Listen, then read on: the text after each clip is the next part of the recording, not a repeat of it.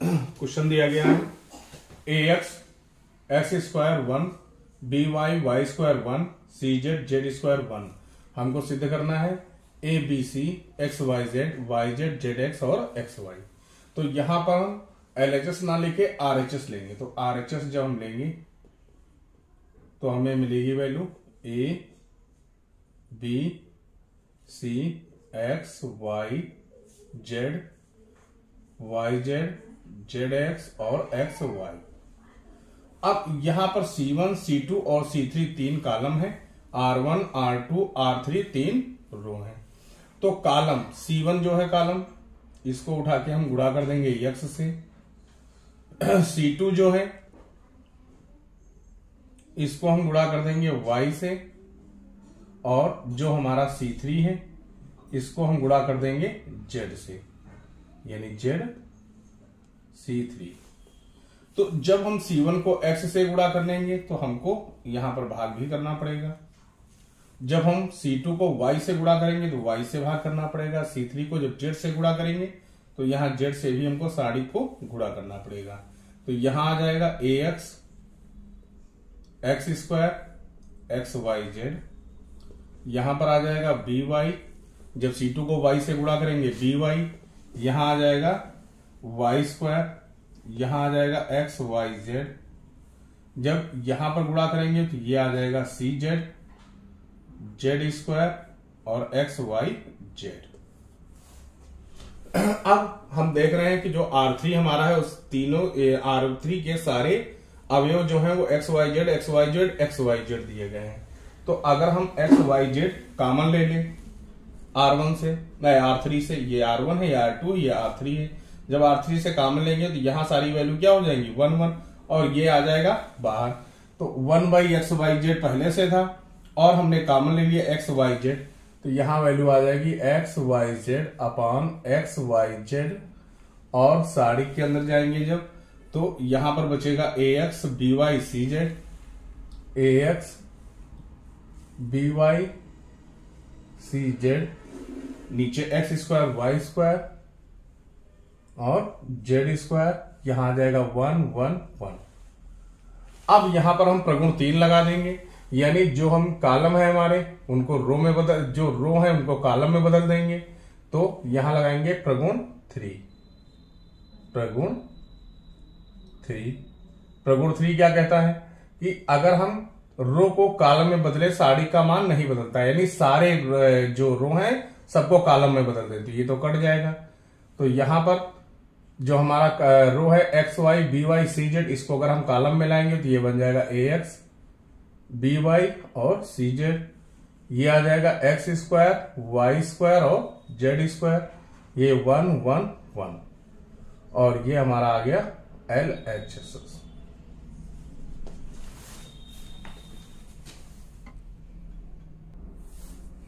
अगला क्वेश्चन है y बराबर under root A cos x plus under root cos x plus under root cos x plus dot dot infinite. सिद्ध करना है 1 - 2y dy dx बराबर sine x. तो अब यहां पर हम देख रहे हैं जो हमारा फलन है, जो फंक्शन यानी फलन में जो पद है वो कॉज एक्स फिर रूट कॉज एक्स फिर रूट कॉज एक्स में बार बार यही वैल्यू रिपीट हो रही है, और कहां तक जा रही है इन्फिनाइट तक। तो जो वैल्यू रिपीट हो रही है उसी को हमको y लेट करना है।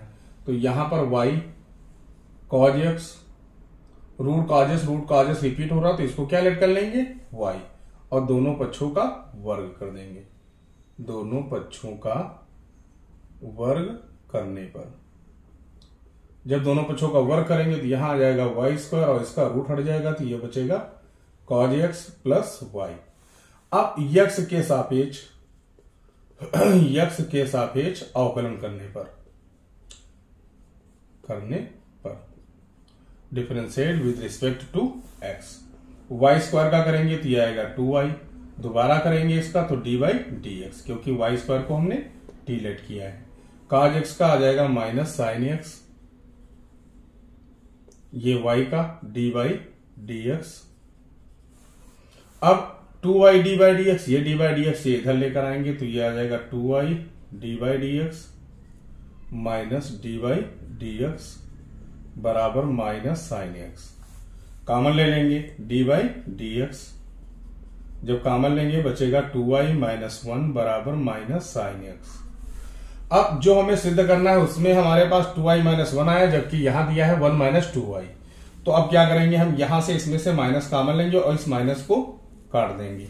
तो बाहर जब माइनस लेंगे तो इसकी वैल्यू हो जाएगी 1 minus 2y d by d x minus sine x. Minus से minus cancel, 1 minus 2y d by d x बराबर साइन एक्स। और ये हो गया इति सिद्धम, यानी हेंस प्रूव्ड।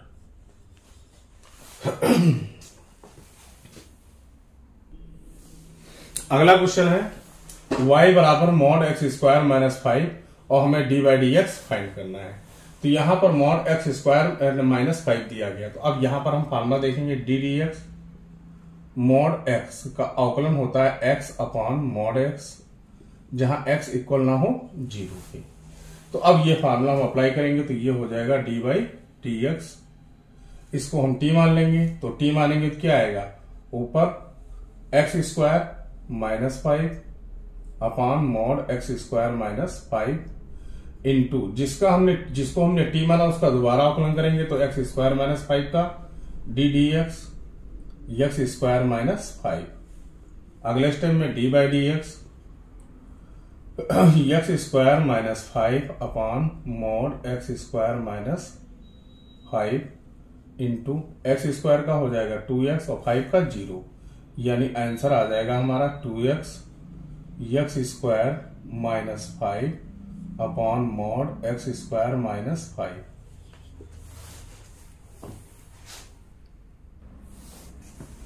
तीन बिंदु दिए गए हैं ए बी सी, जो समबाहु त्रिभुज यानी इक्वेटोरियल ट्रायंगल के शीर्ष है, जिसकी भुजा है ए। तो सिद्ध करना है x1 y1 2 x2 y2 2 x3 y3 2 3 a की पावर 4। तो अब हम जानते हैं समबाहु त्रिभुज का क्षेत्रफल। समबाहु त्रिभुज का क्षेत्रफल होता है √3/4 भुजा स्क्वायर, यानी भुजा कितनी है a, तो हो जाएगा a स्क्वायर। समबाहु त्रिभुज का क्षेत्रफल अगर हमें तीन बिंदु भी पता है तो सारणिक फॉर्म में क्या होगा, 1/2 x1 y1 1 x2 y2 1 x3 y3 1 बराबर होगा √3/4 a स्क्वायर के। दोनों साइडों में हम 4 से मल्टीप्लाई कर देंगे। जब 4 से दोनों पक्षों में गुणा करेंगे तो 4 से 4 कैंसिल, ये 2 दूनी 4। अब 2 आया, 2 से हम क्या करेंगे, C3 जो हमारा कॉलम है इसको हम सभी जो इसके अवयव है उसको 2 से गुणा कर देंगे। तो कंडीशन आ जाएगी x1 y1 2 x2 y2 2। यहां क्वेश्चन थोड़ा मिस्टेक हुआ है, जो ये वैल्यू दी गई है ये दी गई है यहां पर स्क्वायर की 2, और ये आ जाएगा x3 y3 और ये आ जाएगी वैल्यू 2 बराबर वैल्यू आ गई √3 a स्क्वायर। अब हमें यहां पर स्क्वायर लाना है, तो दोनों पक्षों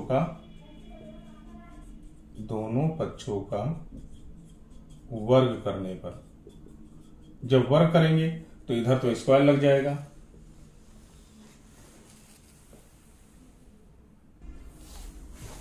दोनों पक्षों का वर्ग करने पर। तो अब वर्ग हम यहीं पर लगा देंगे तो ये हो जाएगा स्क्वायर और इसका भी हो जाएगा स्क्वायर। तो ये वैल्यू हो जाएगी x1 y1 2 x2 y2 2 x3 y3 2 और ये स्क्वायर लग जाएगा। यहां पर √3 का स्क्वायर करेंगे तो आ जाएगा 3 और एक स्क्वायर का स्क्वायर यानी a की पावर 4 और ये हो गया इति सिद्धम।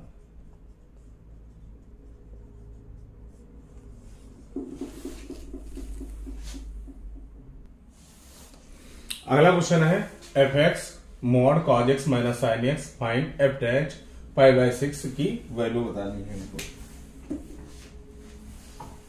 तो यहां पर क्वेश्चन दिया गया है हमारा f(x) mod cos x minus sine x. Mod में दिया गया है, मॉड में फॉर्मूला हमने पढ़ा है D d x mod x x upon mod x, जहां एक्स इक्वल नहीं है 0 के। तो अगर हम इस वैल्यू को टी मान लें तो एफ डैश एक्स आएगा हमारा cos x minus sine x upon mod cos x minus sine x, और डी डी एक्स दोबारा करना पड़ेगा जिसको टी माना है, यानी cos x minus sine x को दोबारा करना है। तो एफ डैश एक्स ये cos x minus sine x upon में mod cos x minus sine x into cos x का करेंगे तो आ जाएगा minus sine x, sine x का करेंगे तो आएगा कॉज एक्स। वैल्यू निकालनी है एफ डैश पाई बाई 6 पर, तो एफ डैश पाई बाई 6 यानी पाई बाई 6 यानी 180 पाई की वैल्यू यानी 30 आ जाएगा। तो यहां पर वैल्यू आएगी cause pi by 6 minus sine pi by 6 upon cos pi by 6 minus sine pi by 6 into minus sine pi by 6 minus cos pi by 6, यानी जहां जहां यक्स होगा वहां वैल्यू रख देंगे पाई बाई 6। जब इसको हम सॉल्व करेंगे तो F pi by 6, pi by 6 का मतलब 30, तो कॉज 30 की वैल्यू हो जाएगी √3/2, साइन 30 की value 1/2 mod √3/2 minus 1/2 into minus sine 30 की वैल्यू 1/2 कॉस 30 की वैल्यू माइनस √3/2। अब √3/2 माइनस 1/2 मॉड से वैल्यू ये प्लस ही निकलेगी, √3/2 माइनस 1/2 यानी दोनों कैंसिल हो जाएंगे, बचेगी वैल्यू 1 यहां पर। ये कंडीशन हमारी जो है